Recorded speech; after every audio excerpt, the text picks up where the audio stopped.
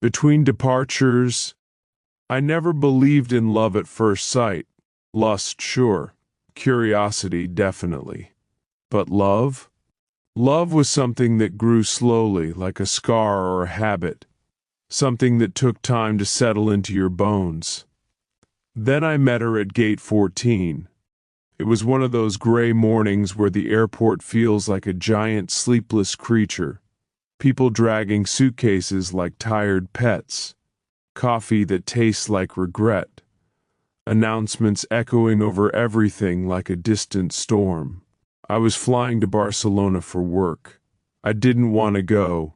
I hadn't wanted to go anywhere in months, if I'm being honest. My life felt like a waiting room. Fluorescent lights, uncomfortable chairs, nothing actually happening. And then she walked past me. Navy blue uniform. Hair pulled back, but a few strands escaping like they refused to follow rules. A small rolling suitcase behind her, moving with that effortless airport rhythm flight crews have, like they belong to the sky more than the ground. She wasn't smiling. Not the fake service smile, just calm, focused. Like she carried her own quiet weather around her. I don't know why I noticed her. Airports are full of beautiful women, but something about her felt different, less polished, more real, like she had stories she wasn't telling. I didn't expect to see her again. But life apparently had other plans. The second time, 3 weeks later, I was boarding a late evening flight to Berlin. Delayed, of course. Everyone irritated. A baby crying like it had already given up on humanity. And there she was, standing by the aircraft door. Same uniform, same quiet presence, same loose strand of hair that refused to stay in place. I froze for half a second like an idiot.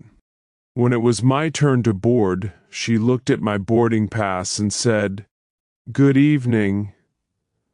Her voice surprised me, soft but low, like it belonged to someone who had seen things and chosen not to shout about them. I said evening and immediately hated how normal I sounded. She handed my ticket back. Our fingers brushed, just barely. Electricity is a cliché. But clichés exist for a reason. I spent the entire flight pretending to read while stealing glances at her every time she walked down the aisle. She moved with purpose, but never rushed. She knelt beside an elderly woman to help with a blanket. She joked quietly with a nervous passenger during turbulence. She wasn't performing kindness, she just was kind.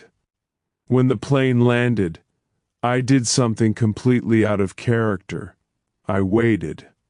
Everyone else stood up immediately, fighting for overhead luggage like it was survival gear. I stayed seated until almost everyone had left.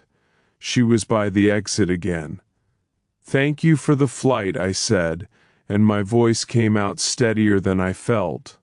She smiled, small, genuine. "You're welcome." Then I blurted, "Do you fly this route often?" Smooth, really smooth. She tilted her head, amused but not mocking. "Sometimes." "Why?" I swallowed. "Because I feel like I've seen you before." She studied me for a second, then her eyes lit up slightly. "Barcelona morning flight, 3 weeks ago." My heart actually stumbled. "You remember that?" She shrugged. "I'm good with faces." I wanted to say something impressive. Instead, I said the truth. "I'm glad I got to see yours again." There was a tiny pause, not awkward, just charged. Then someone behind me coughed impatiently. She stepped aside. "Have a good night." I walked off the plane feeling like something in my life had just shifted 1 inch to the left, And somehow that changed everything, coincidences or something like them. After that, I started noticing her everywhere, not stalking. I swear, just coincidence. A flight to Paris. She was there. A connection through Vienna. There she was again, adjusting a luggage bin. Each time we talked a little more. Her name was Lena. She'd been a flight attendant for 6 years. She loved takeoffs, hated red-eye flights, and had a secret habit of rating airport coffees in a tiny notebook she carried everywhere. Most of them are tragic, she told me once, sitting on a jump seat during boarding. But hope is important. Hope in coffee? I asked. Hope in everything, she said, and winked. I started booking flights I didn't strictly need. I told myself it was for work, networking, opportunities. But really, I was chasing gates and departure boards, hoping to see her name on a crew list I had no right to look at, but somehow always managed to find out through friendly ground staff and dumb luck. The first time we had coffee together was in Prague, a 2-hour layover, rain tapping against huge terminal windows. We sat by the glass, planes moving like slow, graceful animals outside. She took off her uniform jacket. Without it, she looked younger, softer, more human, less symbol. "What do you actually do?" she asked me. "I sell logistics solutions," I said. She laughed. "That sounds like something you say when you don't want to explain your job." "Fair," I admitted. "I help companies move things from one place to another." She stirred her coffee. "So you move things. I move people, which is harder." She looked out at the runway. People. Always people. There was something in her voice when she said that. Something tired but not bitter. I wanted to know everything about her. What scared her. What she dreamed about, what her laugh sounded like when she wasn't in uniform. But airports are strange places. Time stretches and shrinks. You can feel close to someone and still know they'll disappear in 20 minutes. When her crew boarding call came, she stood up. "See you in the skies?" she said lightly. I nodded. But inside it felt like I was standing on the edge of something much deeper than skies. The night everything changed. It was winter when things stopped being coincidence. A snowstorm shut down half of Frankfurt Airport. Flights canceled, crews stranded, passengers sleeping on floors like a post-apocalyptic movie. I was supposed to fly home. Instead, I was stuck, and so was she. I saw her near a departure board filled with the word "canceled" over and over like a bad joke. "You too?" I asked. She sighed. "Hotel rooms are full. Crew center is chaos." I hesitated, then said, "I got the last room at the airport hotel. 2 beds. You can take one." Even as I said it, I knew how it sounded. She studied my face carefully, not judging, measuring. Then she nodded. "Okay." That walk to the hotel felt more intimate than any date I'd ever been on. Snow outside, quiet hallways. Both of us pretending this was normal. Inside the room, we moved carefully around each other, like two people in a dance neither had practiced. She changed in the bathroom, came out in an oversized sweater and leggings, hair loose around her shoulders. I forgot how to breathe for a second. We sat on separate beds, talking, not flirting, not yet, talking about childhoods, her growing up near the sea, always wanting to escape. Me growing up in a small town, always wanting something to happen. At least your job is an adventure, I said. She shook her head. It's movement. That's not the same as adventure. What's the difference? She looked at me for a long moment. Adventure changes you. Movement just keeps you from noticing you're stuck. That hit harder than I expected. At some point the lights were off, the room dark except for the glow of snow outside the window. Are you afraid of staying in one place? I asked quietly. She didn't answer right away. Yeah, she finally said, because if I stop moving, I might have to figure out what I actually want, and what if you already found it? Her voice was softer now. Then I'd have to be brave enough to choose it. Silence stretched between us, thick, alive. I got up without fully deciding to. Sat on the edge of her bed.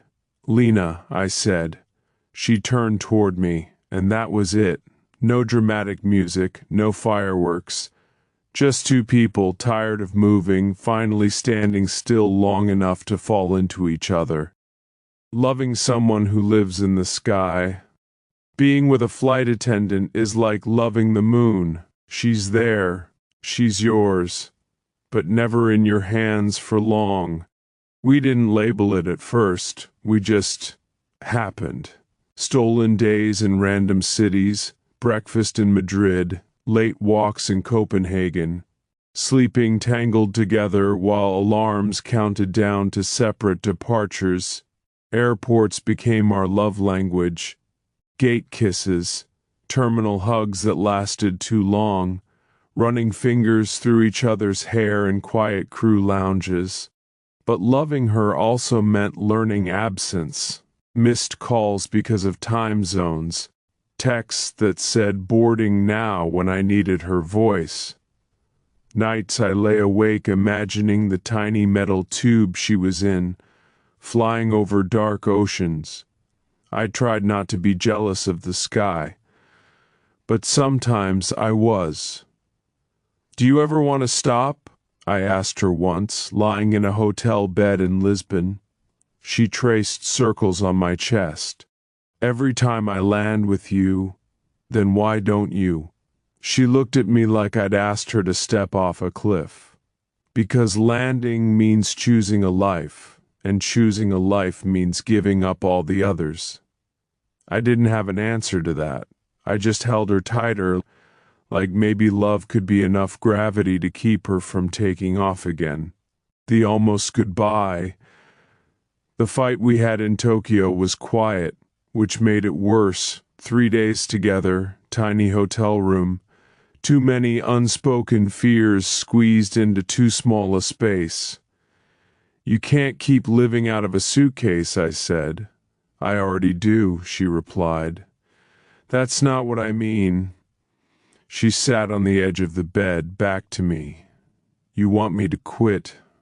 I want you here, with me, not everywhere else. She turned, eyes bright but not crying. I worked for this life. I built it. Why is loving you supposed to mean losing myself? That wasn't what I wanted. But I didn't know how to explain the ache of always waiting. I'm tired of goodbyes, I said. So am I, she whispered. But I'm more afraid of becoming someone who resents you. That word, resents, hung in the air like smoke. We didn't break up that night, but something fragile cracked. The choice. It was a random Tuesday when she showed up at my apartment door. No warning, no suitcase, just her, in jeans and a sweater, hair loose, eyes nervous. I asked for a base transfer, she said before I could speak. Short-haul routes. Home more often. I stared at her. You did? She nodded. I don't want to stop flying, but I don't want to keep flying away from my life either. Your life? I asked softly. She stepped closer, took my hands. You, this, us. That's my life. I'm just done pretending it's temporary. I pulled her into me so fast we almost fell over. Are you sure? I murmured into her hair. No, she said honestly. But I'm choosing it anyway. And that's when I finally understood. Love isn't about finding someone who never leaves. It's about finding someone who keeps coming back, and one day decides to stay. Now, she still flies. Sometimes I drive her to the airport at 4 a.m., both of us half asleep. I watch her walk through security, uniform sharp, hair tied back, turning once to wave. But now, she comes home. There's a toothbrush next to mine. Her coffee ratings notebook on our kitchen counter. Her laughter in rooms that used to echo. I still don't believe in love at first sight, but I do believe in Gate 14, in delayed flights, in snowstorms that cancel everything except the one thing that matters. And every time a plane roars overhead, I look up and smile, because somewhere up there, or on her way back down, is the woman who taught me that love doesn't have to clip your wings. Sometimes, it just gives you a place to land.